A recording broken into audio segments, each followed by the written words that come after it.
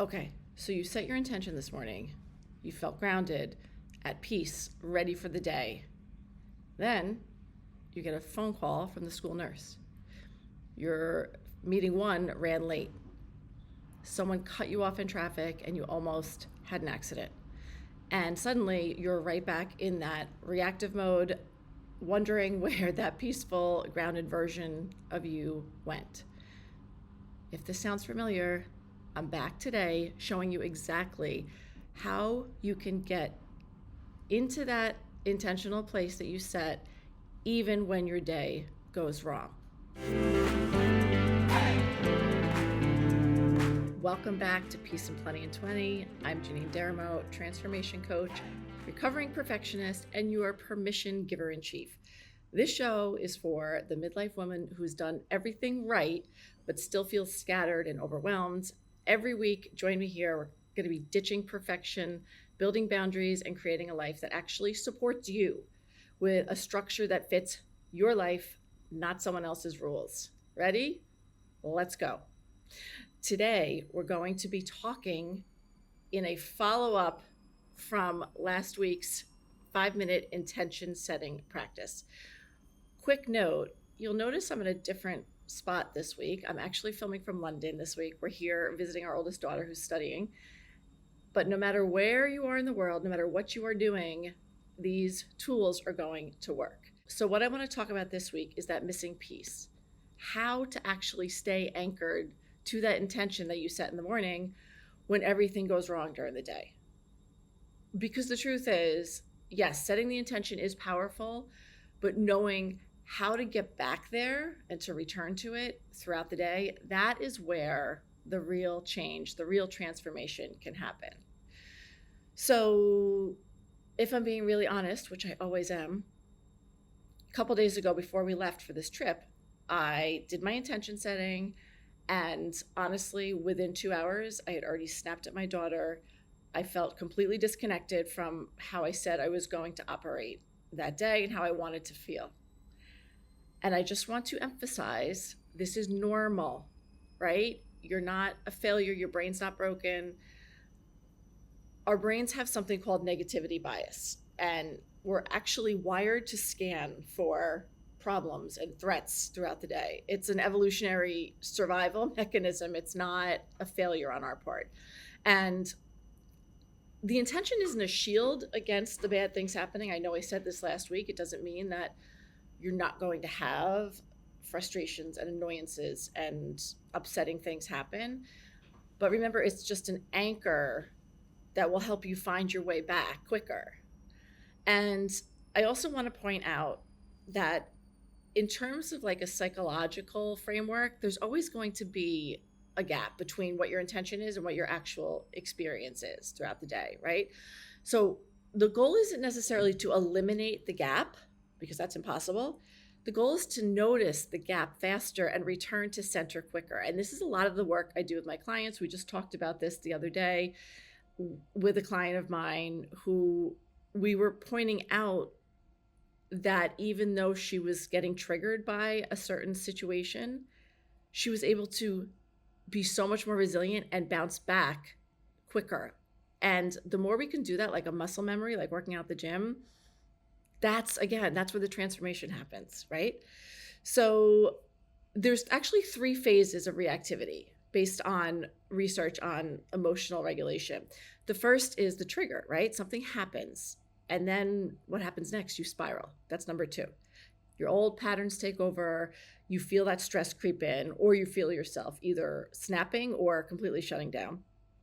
And then the third is the return, right? Finding your way back to the intention.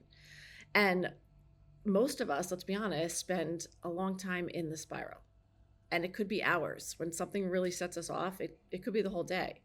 So the idea is, what if we could actually just shorten that time and just make it minutes? So I'm going to give you a couple of strategies, practical strategies, tools that you can use to actually do this. All right, so the first one I'm going to call just a micro check-in. And I love the word micro because it takes things that we maybe are trying to do, but just make them really simple. And the micro check-in is, let me explain the science behind it first. It's going to be based on something called the ultradian rhythms, meaning that our bodies naturally cycle through 90-minute periods of focus and rest. So the way to set this practice up is to just either set an alarm or some sort of reminder every 90 minutes and take a breath. Again, this is just a micro thing. You're going to take a breath. How am I feeling right now versus how I said I wanted to feel? That's it. We're not fixing it. We're just noticing. And the reason it works is because the awareness and the ability to point it out is the first step to change. Remember atomic habits, one very small step at a time. You can't return or get back to the place if you haven't noticed that you've actually left it, right? So that's it. That's your 90-minute micro check-in. That's one tool to try. Tool number 2 that you could try, a pattern interrupt. I love this because, and I need a lot of this. I need to be like snapped out of something. When you feel yourself spiraling, you need to do something that snaps you out of it.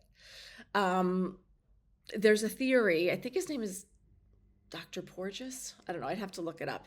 Or you could Google it if you want. There's this theory, the polyvagal theory, that your nervous system needs a physical signal in order to shift it from that reactive mode to responsive mode. So here are some easy ways you can do that. The first is the 5, 4, 3, 2, 1 grounding. And I've done this grounding whenever I feel myself slipping into like anxiety or potential panic attack.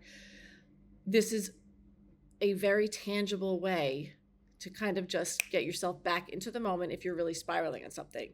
And the way it works is you name 5 things you can see, 4 things you can touch, 3 things you can hear, 2 things you can smell, 1 thing you can taste. That's it. And it seems silly and it seems basic and it seems like a kindergarten kind of thing, but it really just gets you back into the moment. And then that's how you can get out of the spiral, get out of the reactivity, and get back to how you wanted to feel that day. Another one is something that we call the physiological sigh. 2 quick inhales through the nose and 1 long exhale through the mouth. If you've ever heard Dr. Andrew Huberman, I know a lot of people listen to his podcast, he believes in this. It's the fastest way to calm your nervous system. So again, 2 quick inhales and then 1 long exhale. The other thing I like to do, aside from this physiological side, it takes a little bit longer, is the 5-5-7 breathing method. You breathe in for 5, you hold it for 5, and then slowly release for 7. I usually do that 5 times in a row. So yes, so it takes a little bit longer, like I said. But after that, I always, always, always physically feel calmer, and then my mind starts to calm down. And then the last thing you can do is just go back to your mantra. Go back to the way, your affirmation of how you said you wanted to feel that day, and say it 3 times slowly. I am choosing to be calm, right? I am choosing to be balanced today. I am choosing peace. Whatever it was that you said you wanted to feel during your 5-minute intention setting in the morning, repeat it 3 times, close your eyes, go to a space that feels calming, whether you're at home or at work, step outside, and that's your reset. Your body leads your mind. So if you can change your physiology first, then you can let the thoughts follow. Okay, so those are 2 things. The third option is, and I want to give you lots of options because remember, our brains are all wired differently. We all respond to different things differently. And if you're like me, you like to switch it up anyway. So you might try a different one of these different days, different weeks. Okay, so the third idea is something I call the compassionate witness. So this means when you've already kind of gone down the spiral and you've already lost it, and now you're probably pissed at yourself because I did this whole intention setting and it's not even working. And let's just kind of step outside your body and look at yourself almost like a friend would and be a compassionate witness. And this comes from Dr. Kristen Neff, who is a researcher on self-compassion. If you continue to beat yourself up and stay with self-criticism, what's going to happen is you're just going to stay stuck in that stress response, and you literally will not be able to get out. Whereas if you can look at yourself with compassion, self-compassion actually builds the ability for you to recover faster. So the way you do this is just say what just happened, like, and name it without any judgment. I just yelled at my kid. I just ate a bag of chips. So you're acknowledging your humanity. You're acknowledging what went wrong. But then the next step is to give yourself compassion. I'm having a really hard time. This is a hard day. I am human. Everyone struggles. Any kinds of phrases that you can remind yourself, you're just doing the best you can. And then the next follow-up to that is to ask yourself, what do I need right now to get back to that intention? And if you can, give yourself that thing. Take 30 seconds of closing your eyes. Maybe you just need a 30-second timeout. Maybe you need more than that. Maybe you need a 5-minute walk outside. Maybe you just need a glass of water. Maybe you just need some hydration. Maybe you throw on a 5-minute meditation. Maybe you put on Netflix for 10 minutes. Whatever it is that you need, you've acknowledged it, you've called it out as just being human, and now you're going to give yourself the opportunity to reset with self-compassion and get back to it, whatever you need to do. And again, this matters because shame is going to keep you in that spiral, whereas having compassion for yourself creates the space to make another choice, to choose again. This is how I said I wanted to feel, right? Okay, so let me take a sip.